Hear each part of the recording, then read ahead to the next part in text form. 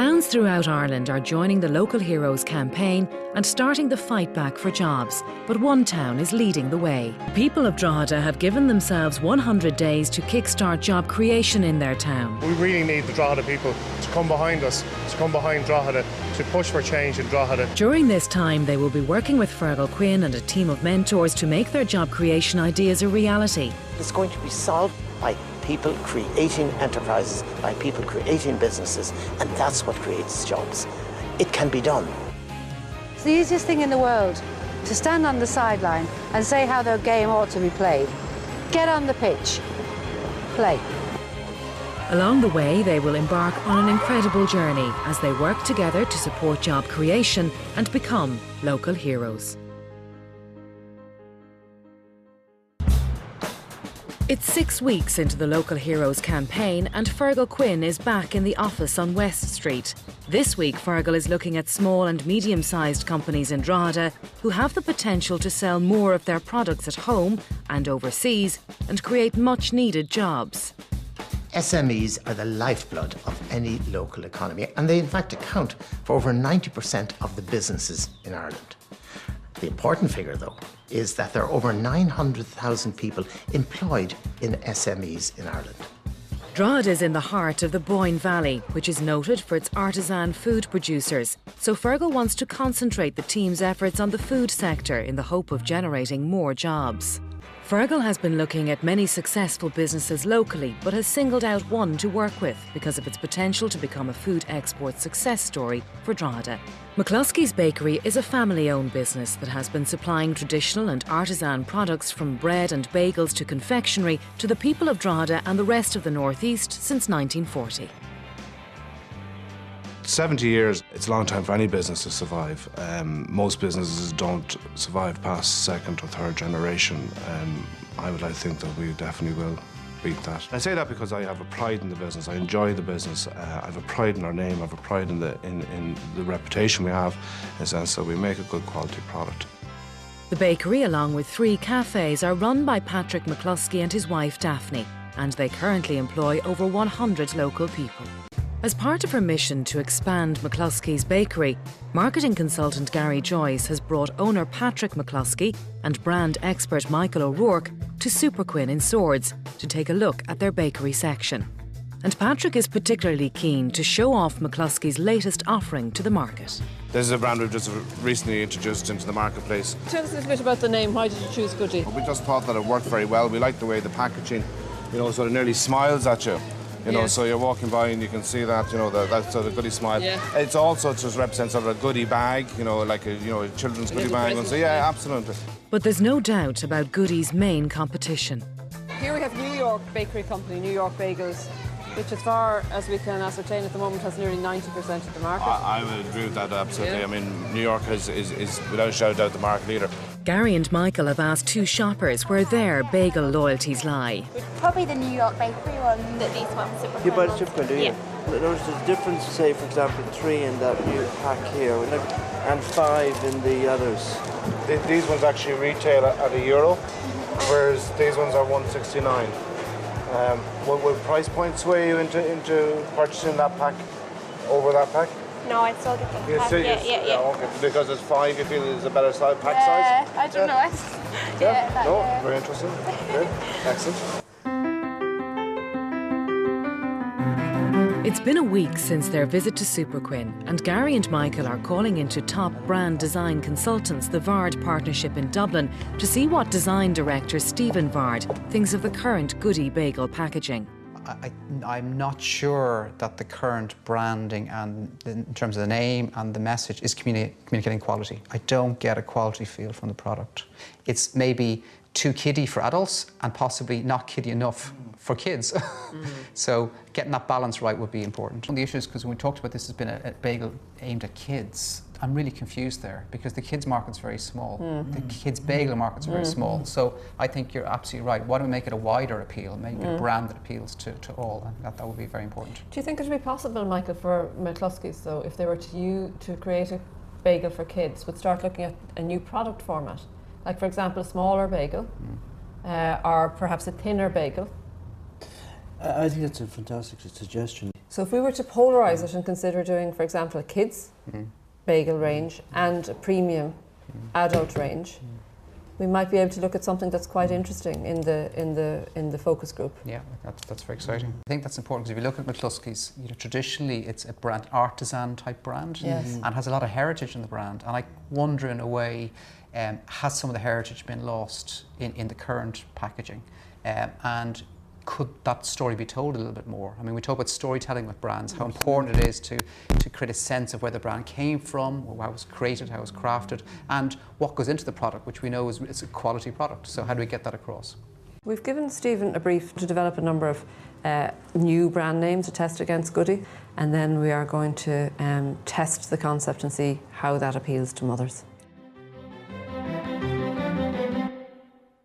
Christmas is in the air and West Street is thronged with shoppers, but Patrick is all too aware of what it will take to turn the fortunes of Drogheda around in the long term. If the people of the town pull together, it will benefit hugely.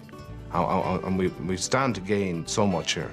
And, I don't want to see a situation that, when this is all over and done, people say, oh, well, that didn't work. And it didn't work because they didn't bother.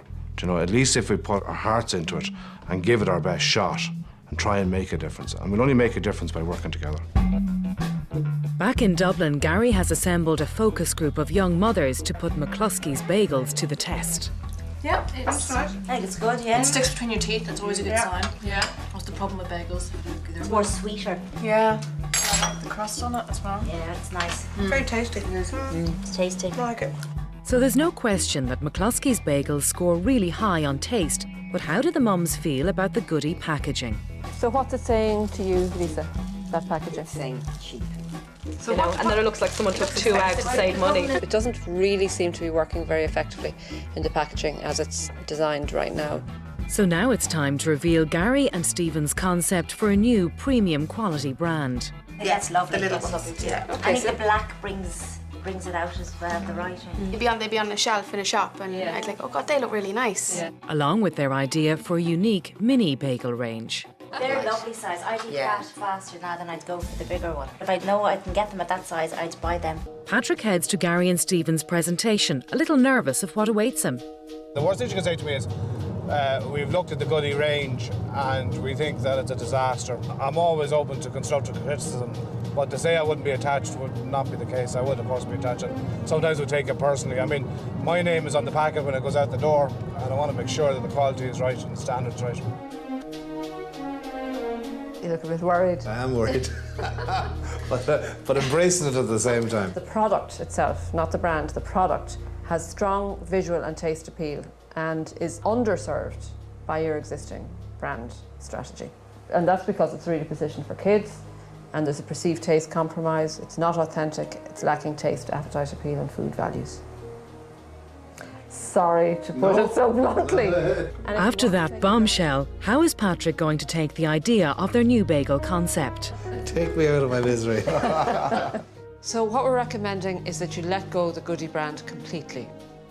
We think you'll have a much better market opportunity if you develop a premium adult Jewish bagel brand. And we think you'll be really onto a winner if you develop a range of mini bagels under the same brand as well. But just in case you're reluctant to part with the Goody bagel and ignore our recommendations, we've asked Stephen to work up some new packaging for Goody, which you might find of interest. We have. It stands out on the shelf. He likes this packaging. It seems to be doing much more for him than he thought. So I thought, I'm doing a little bit of an own goal here. I mean, I think he's very emotionally attached to the Goody brand. He's had some success with it, it's going well. To move away from that at the moment feels like a big risk for him. It's been a critical week for the McCloskey's bakery. Patrick has had to decide on what brand of bagel he wants to take on his new foray into the export market. And after much consideration, he has decided to go with Gary and Stephen's recommendations. With his new Spiegel's bagels in the bag, Feargal is bringing Patrick on a very important journey for the future of McCloskey's. They're off to Leeds to meet the supermarket giant Morrison's to see if the family-run Drogheda bakery can get a foothold into the UK bagel market, which would allow them to expand and give Drogheda's economy a huge boost. Clearly a lot depends on this because you employ over 100 people. Yes. And if you can manage to make this breakthrough into the British market. Oh, it would be fantastic. It would be great for job creation, it would be a great boost for the local economy. I think it would just be fabulous. And the first step to getting their bagels onto the Morrisons shelves is to convince their director of bakery, Michael Bates, that they have something new to offer one of the UK's largest supermarket chains. From my perspective, it looks great. Good. You've developed something here that is different and that has distinctive qualities. The size is very good. It's very good for children. It's even good for food service. It's good for snacks. Whereas this is a full meal, or can be a full meal, this can be just a snack. And on top of that, it's only 100 calories. You have successfully identified some real points of difference here, and there aren't mini bagels available on the mass market at the moment. Yeah. So I think that is something that we should take away and have a look at. That'd be really great. Thank you very much indeed. The meeting has gone very well, and the mini bagel in particular has really caught the attention of the Morrisons director. I think they could be onto something, you know. I think they've come up with a product that is clearly different to what's out there at the moment. You know, I can see how, and I can see why from a customer point of view, it's a product that is attractive and has some appeal. We've seen something today which I think has opportunity, definitely. I think there's some questions that need to be answered, but you know, all of that's explorable, and we'll see where it takes us. Well, at least the door is opened. Now, whether you've just got your foot in there or whether you've got the door wide open, that's up to you from here on. They've received us well and they've received the product well, so let's go for it. I'd love to come back here next year and see those shelves bulging with your product. Not half as much as I would, but anyway. McCloskey's have made a huge leap in a very short time, and Patrick is confident that the meeting in Morrisons could make a significant difference to his company's employment possibilities. I'd be very hopeful of getting a listing out of this. And listings means jobs, and job means security. You know, you have to believe in yourself first and foremost. You have to believe in your product, secondly. And then it's just a matter of getting up, getting out, being brave enough to stand up and be confident, go out there and do it.